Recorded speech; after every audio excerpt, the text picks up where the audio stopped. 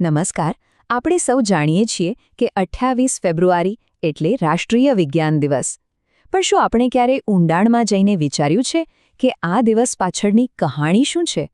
આ માત્ર કેલેન્ડરની એક તારીખ નથી, પણ એક એવી રોમાંચક વાર્તા છે જે એક સામાન્ય સવાલથી શરૂ થઈ અને નોબેલ પુરસ્કાર સુધી પહોંચી. ચાલો આજે એ અદ્ભુત સફરને જાણીએ. કહેવાય છે ને કે દરેક મોટી શોધની શરૂઆત એક નાના પ્રશ્નથી જ થાય છે.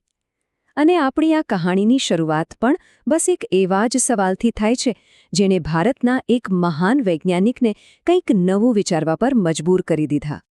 જી હા, એ સવાલ હતો, આકાશ વાદળી કેમ છે? એક એવો પ્રશ્ન જે કદાચ બાળપણમાં આપણા બધાના મનમાં આવ્યો જ હશે. પણ આ જ સરળ લાગતા પ્રશ્ને ભારતીય ભૌતિકશાસ્ત્રી સર સીવી રામનને એક એવી ઐતિહાસિક શોધ તરફ દોર્યા જેણે ઇતિહાસ રચી દીધો.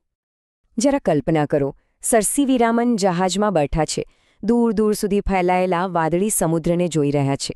એ સમયે મોટાભાગના લોકો એમ જ માનતા હતા કે આકાશનું પ્રતિબિંબ પડે છે એટલે સમુદ્ર વાદળી દેખાય છે. પણ રામનના મનમાં વિચાર આવ્યો કે જો એવું હોય તો પછી આકાશ પોતે વાદળી કેમ છે? અને બસ આ જ વિચારમાંથી એક ક્રાંતિકારી શોધનો જન્મ થયો.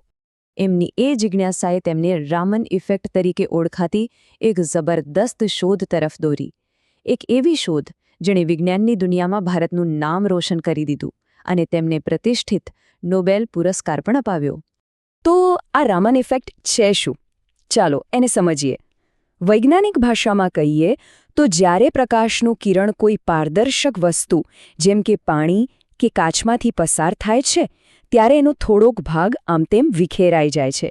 અને આ વિખેરાવાને કારણે એની તરંગ લંબાઈ એટલે કે એનો રંગ બદલાઈ જાય છે. આ ફેરફાર ખૂબ જ સૂક્ષ્મ હોય છે. અને હજી થોડું સહેલું બનાવીએ. વિચારો કે પ્રકાશના લાખો કણો કોઈ વસ્તુના અણુઓ સાથે અથડાઈ રહ્યા છે. મોટાભાગના કણો એ જ રંગ સાથે પાછા ફરે છે. પણ મજાની વાત એ છે કે બહુ જ ઓછા, લગભગ કરોડોમાં એક કણ એવો હોય છે જે પોતાની થોડી ઊર્જા ગુમાવે છે અથવા તો મેળવે છે, અને આને કારણે જ એનો રંગ બદલાઈ જાય છે. બસ આ જ નાનકડો ચમત્કાર રામન ઇફેક્ટ છે. અને હા, આ શોધ ખાલી પુસ્તકોમાં જ નથી રહી ગઈ. આજે એનો ઉપયોગ ક્યાં ક્યાં થાય છે ખબર છે? ફોરેન્સિક સાયન્સમાં ગુનેગારોને પકડવાથી લઈને મેડિકલ ક્ષેત્રમાં કેન્સર જેવી બીમારીઓનું નિદાન કરવા સુધી. એટલું જ નહીં, નવી દવાઓની ગુણવત્તા ચકાસવામાં અને છેક અવકાશમાં બીજા ગ્રહો પર શું છે એ જાણવા માટે પણ રામન ઇફેક્ટનો ઉપયોગ થાય છે. આ એક ઉત્તમ ઉદાહરણ છે કે કેવી રીતે એક મૂળભૂત શોધ માનવજાત માટે આશીર્વાદરૂપ બની શકે છે. તો એક તરફ આ અદ્ભુત વૈજ્ઞાનિક શોધ અને બીજી તરફ આપણો રાષ્ટ્રીય તહેવાર. આ બંને કેવી રીતે જોડાયા? ચાલો એ સફર પર એક નજર કરીએ જેણે આ શોધને રાષ્ટ્રીય દિવસનું સન્માન અપાવ્યું. જો આ સફર દાયકાઓ લાંબી છે. વાત છે 1928ની. 28મી ફેબ્રુઆરી જે દિવસે આ શોધ થઈ. એના માત્ર 2 જ વર્ષમાં 1930માં સર સીવી રામનને આ માટે નોબેલ પુરસ્કાર મળ્યો. અને પછી લગભગ 60 વર્ષ પછી 1986માં આ ઐતિહાસિક દિવસને હંમેશા માટે યાદગાર બનાવવા માટે સરકારે 28 ફેબ્રુઆરીને રાષ્ટ્રીય વિજ્ઞાન દિવસ તરીકે જાહેર કર્યો. અને 1987થી આખા દેશમાં એની ઉજવણી ધામધૂમથી શરૂ થઈ. પણ આ દિવસ ખાલી ઇતિહાસને વાગોળવા માટે નથી, એનાથી ઘણું વિશેષ છે.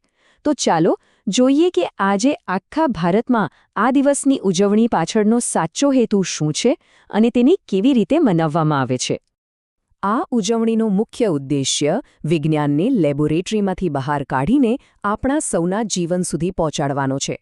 ખાસ કરીને યુવાનો અને બાળકોમાં વિજ્ઞાન પ્રત્યે ઉત્સાહ અને જિજ્ઞાસા જગાવવાનો છે, જેથી તેઓ વિજ્ઞાનને સમજે, અપનાવે અને કદાચ ભવિષ્યમાં આ જ ક્ષેત્રમાં કારકિર્દી બનાવે. અને આ પ્રેરણાની સૌથી સુંદર ઝલક આપણી શાળાઓ અને વિજ્ઞાન મેળામાં જોવા મળે છે. અહીં નાના નાના બાળકો સૌરમંડળના મોડેલ બનાવે છે, બ્રહ્માંડના રહસ્યોને સમજવાનો પ્રયાસ કરે છે, અને કોને ખબર, કદાચ એમાંથી જ કોઈ ભવિષ્યનો કલ્પના ચાવલા કે વિક્રમ સારાભાઈ બને. વિજ્ઞાન એટલે કંઈ બહુ મોટું કે જટિલ જ હોય એવું જરૂરી નથી. એ તો આપણી આસપાસની દુનિયાને સમજવાની એક દ્રષ્ટિ છે. આ દિવસે બાળકો પાણીનું ચક્ર કેવી રીતે ચાલે છે એવા મૂળભૂત સિદ્ધાંતો શીખે છે. આ બતાવે છે કે વિજ્ઞાન તો આપણી આસપાસ દરેક જગ્યાએ છે. અને સૌથી અગત્યની વાત, વિજ્ઞાન માત્ર વાંચવાની નહીં પણ જાતે કરી જોવાની વસ્તુ છે. જ્યારે બાળકો જાતે પ્રયોગ કરે છે ત્યારે તેમને માત્ર જ્ઞાન જ નથી મળતું પણ વિચારવાની એક નવી, તાર્કિક રીત પણ વિકસે છે. તો આ બધી જ પ્રવૃત્તિઓ, આ બધા પ્રયોગો, એ બધાની પાછળ એક જ જાદુઈ શબ્દ છે અને એ છે જિજ્ઞાસા. જેમ સર સીવી રામનના મનમાં એક સવાલ ઉઠ્યો હતો, એ જ રીતે આ દિવસ આપણને સૌને સવાલો પૂછવા માટે પ્રોત્સાહિત કરે છે. અને આ જ જિજ્ઞાસાને જીવંત રાખવા માટે દર વર્ષે રાષ્ટ્રીય વિજ્ઞાન દિવસની એક અલગ થીમ રાખવામાં આવે છે. આ બતાવે છે કે વિજ્ઞાન કોઈ એક જગ્યાએ અટકી નથી ગયું, પણ સમય સાથે સતત વિકસી રહ્યું છે. જેમ કે ટકાઉ ભવિષ્ય કે પછી વિજ્ઞાનમાં મહિલાઓ, આવા વિષયો આ દિવસને વધુ પ્રાસંગિક બનાવે છે. તો મુખ્ય મુદ્દો એ છે કે વિજ્ઞાન માત્ર વૈજ્ઞાનિકો માટે નથી, એ તો વિચારવાની એક રીત છે, એક વૈજ્ઞાનિક સ્વભાવ કેળવવાની પ્રક્રિયા છે. આપણી આસપાસની દુનિયાને અંધશ્રદ્ધાથી નહીં પણ તર્ક અને પુરાવાના આધારે સમજવાની પદ્ધતિ છે. અને આ દૃષ્ટિકોણ તો આપણા સૌ માટે જરૂરી છે. તો આ ચર્ચાના અંતે એક પ્રશ્ન આપણે સૌએ પોતાની જાતને પૂછવાનો છે. જે રીતે એક સરળ સવાલે સર સીવી રામનને નોબેલ પુરસ્કાર સુધી પહોંચાડ્યા, એ જ રીતે આપણા મનમાં ઉઠતી નાની નાની જિજ્ઞાસા આપણને ક્યાં લઈ જઈ શકે છે. આજે એવી કઈ બાબત છે જેના વિશે વધુ જાણવાની આપણને ઈચ્છા થાય?